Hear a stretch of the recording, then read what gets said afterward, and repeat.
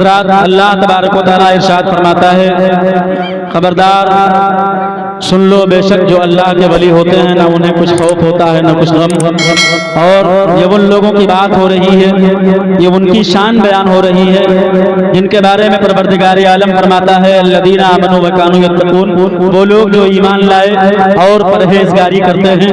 حضرات تمامی حضرات نے اولیاء اکرام کی شان میں بے شمار اللہ کے ولیوں کے واقعات اور احادیث مبارکہ کی شان میں احادیث کریمہ کی روشنی میں بے شمار اللہ کے ولیوں کے واقعات اور اللہ نے اپنے محبوب بندوں کو کیا شان عطا فرمائی ہے وہ چیزیں آپ نے جو ہے ہمیشہ سماعت کیا ہے۔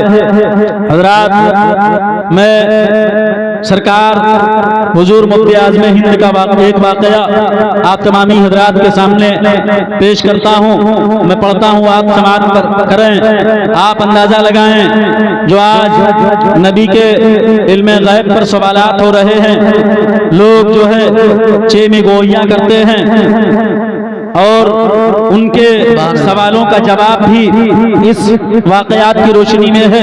عزیزان ملت اسلامیہ، سرکار اعلیٰ حضرت عظیم البرکت مجدد دین و ملت شاہ امام احمد رضا خان فاضل بریلوی علیہ رحمت و رضوان اعلیٰ حضرت بہت بڑے عاشق رسول کا نام ہے۔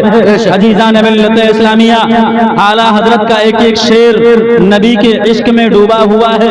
اعلیٰ حضرت قلم اٹھاتے ہیں، نبی کی بارگاہ میں نعت لکھتے ہیں، نبی کی شان لکھتے ہیں، آپ شعر لکھتے ہیں تو اعلیٰ حضرت کا وہ شعر یا تو پھر قرآن پاک کا ترجمہ ہوتا ہے یا آقا کریم صلی اللہ تعالیٰ علیہ وسلم کی حدیث ہوتی ہے۔ حضرات آقا کریم صلی اللہ تعالیٰ علیہ وسلم کی شان بیان کرتے ہوئے حضور سیدی سرکار اعلیٰ حضرت قلم اٹھاتے ہیں اور آقا کریم صلی اللہ تعالیٰ علیہ وسلم کی تعریف لکھتے ہیں۔ سرکار اعلیٰ حضرت لکھتے ہیں، کیا لکھتے ہیں؟ اعلیٰ حضرت سرکار جو ہے آقا کریم صلی اللہ تعالیٰ علیہ وسلم کی آنکھ کی تعریف لکھتے ہیں، جس طرف اٹھ گئی دم میں دم آ گیا، اس نگاہ عنایت پہ لاکھوں سلام۔ عزیزان ملت اسلامیہ، سرکار اعلیٰ حضرت قلم اٹھاتے ہیں، پیشانی کی تعریف لکھتے ہیں، آپ فرماتے ہیں جس کے ماتھے شفاعت کا صحرا رہا اس جبین سعادت پہ لاکھوں سلام۔ اعلیٰ حضرت سرکار قلم اٹھاتے ہیں، نبی کی تعریف کرتے ہیں، آقا کریم صلی اللہ تعالیٰ علیہ وسلم کی بھاؤں کی تعریف کرتے ہیں۔ آپ کی بھاؤں کی تعریف کیوں کرتے ہیں؟ جن کے سجدے کو محراب کعبہ جھکی، ان بھاؤں کی لطافت پہ لاکھوں سلام۔ آقا کریم صلی اللہ تعالیٰ علیہ وسلم کی شان سرکار اعلیٰ حضرت اس انداز میں بیان کرتے ہیں، ہاتھ جس سمت اٹھا غنی کر دیا، اس ہاتھ کے تعلق سے جس کے تعلق سے اللہ تعالیٰ نے قرآن مقدس میں فرمایا ید اللہ فوق ایدیہم، اعلیٰ حضرت اس ہاتھ کی تعریف کرتے ہیں، ہاتھ جس سمت اٹھا غنی کر دیا، موج بحر سماحت پہ لاکھوں سلام۔ سرکار اعلیٰ حضرت منہ کی تعریف کرتے ہیں، قلم اٹھاتے ہیں، وہ دہن جس کی ہر بات وحی خدا، چشمہ علم و حکمت پہ لاکھوں سلام۔ وہ اعلیٰ حضرت کا ایک ایک شعر جو نبی کے عشق میں ڈوبا ہوا ہے۔ اعلیٰ حضرت کو نبی سے کیسا عشق ہے، آپ کے بیٹے حضور مفتی اعظم ہند حضرت علامہ مصطفیٰ رضا خان علیہ رحمت و رضوان کا آپ علم دیکھیں اور نبی سے عشق دیکھیں۔ سرکار مفتی اعظم ہند دلی کی سرزمین پر تشریف لے گئے، آپ کا ایک مرید آتا ہے، آنے کے بعد آپ کے پاس حاضر ہوتا ہے، عرض کرتا ہے حضور میں ایک میرے جو ہے قریبی محلے میں ایک دیوبندی مولوی ہے، وہ میرے پاس آتا ہے، آنے کے بعد میں علم غیب مصطفیٰ پر سوال کرتا ہے، حضور میں اس کے سوال کا جواب نہیں دے پاتا ہوں، حضور میں ایک ڈاکٹر ہوں، میں نے ایک ڈاکٹر کی پڑھائی کی ہے، میں نے جو ہے مجھے دینی تعلیم کے بارے میں اتنا نالج نہیں ہے، حضور نبی کے بارے میں مجھے اتنا علم نہیں ہے، آپ کی بارگاہ میں اگر وہ دیوبندی مولوی آئے آپ سے سوال کرے تو آپ اسے ایسا جواب دینا کہ صبح قیامت تک کے لیے اس کی زبان بند ہو جائے۔ کہہ دو سبحان اللہ۔ سرکار مفتی اعظم ہند کا ماننے والا، آپ سے محبت کرنے والا، آپ کا مرید جو ہے آ کر کے بتاتا ہے، سرکار مفتی اعظم ہند کی بارگاہ میں دلی کی سرزمین پر وہ مولوی آتا ہے، آنے کے بعد میں علم غیب مصطفیٰ کا منفی پہلو اپنا کر سرکار مفتی اعظم ہند سے علم غیب مصطفیٰ پر 16 سوالات کرتا ہے۔ کہہ دو سبحان اللہ۔ سبحان اللہ۔ سرکار مفتی اعظم ہند سے 16 سوال کرتا ہے۔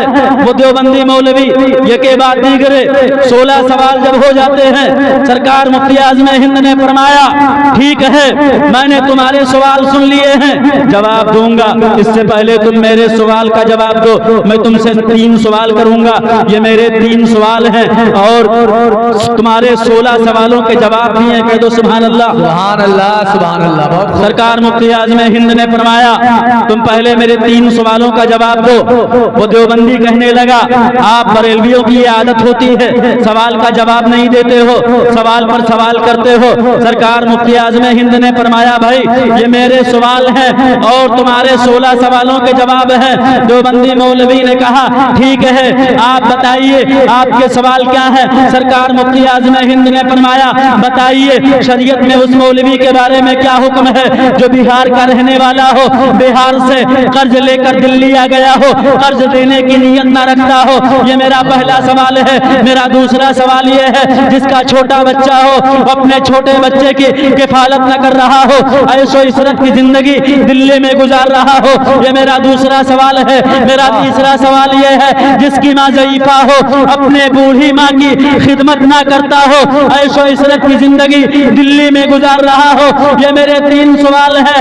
اسی منبر نور پر استاد محترم حضرت علامہ قاری محمد اسلم القادری خان صاحب قبلہ منبر نور پر جلوہ گر ہیں، ابھی آپ کے سامنے بیان کریں گے انشاءاللہ تعالی آپ کا دل باغ باغ ہو جائے گا۔ جب اس دیوبندی مولوی نے سرکار مفتی اعظم ہند کے 3 سوال کیے اور 3 سوال جب اس نے سنے تو پھر وہ دیوبندی مولوی قدموں میں گر گیا، گر کر کے کہنے لگا، رونے لگا، گر گڑانے لگا، عرض کرنے لگا ارے حضور آپ تو وہ ہیں، آپ تو وہ ہیں، آپ جو وہ باتیں جانتے ہیں جو میرے علاوہ اس جو ہے دلی کی سرزمین پر میرے علاوہ کوئی دوسرا نہیں جانتا تھا۔ حضور آپ نے پہلا سوال کیا جو مولوی بہار کا رہنے والا ہو، قرض لے کر دلی آ گیا ہو، قرض دینے کی نیت نہ رکھتا ہو، آپ نے دل کی بات جان لی، وہ مولوی کوئی اور نہیں میں ہی ہوں، جو جس کا بچہ چھوٹا ہو وہ کوئی اور نہیں میں ہی ہوں، جس کی ماں بوڑھی ہے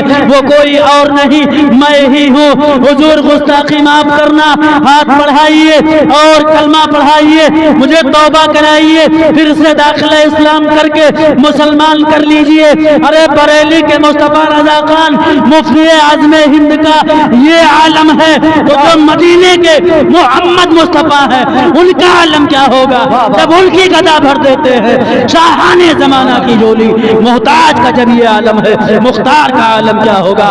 اور کوئی غیب کا تم سے نہا ہو بلا، جب نہ خدا ہی چھپا تم پہ کروڑوں درود۔ اللہ رب العزت کی بارگاہ میں دعا ہے جو میرے بولنے میں کسی قسم کی قصدن سہمن لفظن مان غلطیاں ہوئی ہو، پروردگار عالم معاف فرمائے۔ اللہ تعالی ہم تمام گنہگاروں کو کم سننے زیادہ عمل کی توفیق عطا فرمائے۔ توبہ استغفار استغفر اللہ ربی من کل ذنب ما اتوب الیہ بحق لا الہ الا اللہ محمد رسول اللہ۔ السلام علیکم ورحمۃ اللہ۔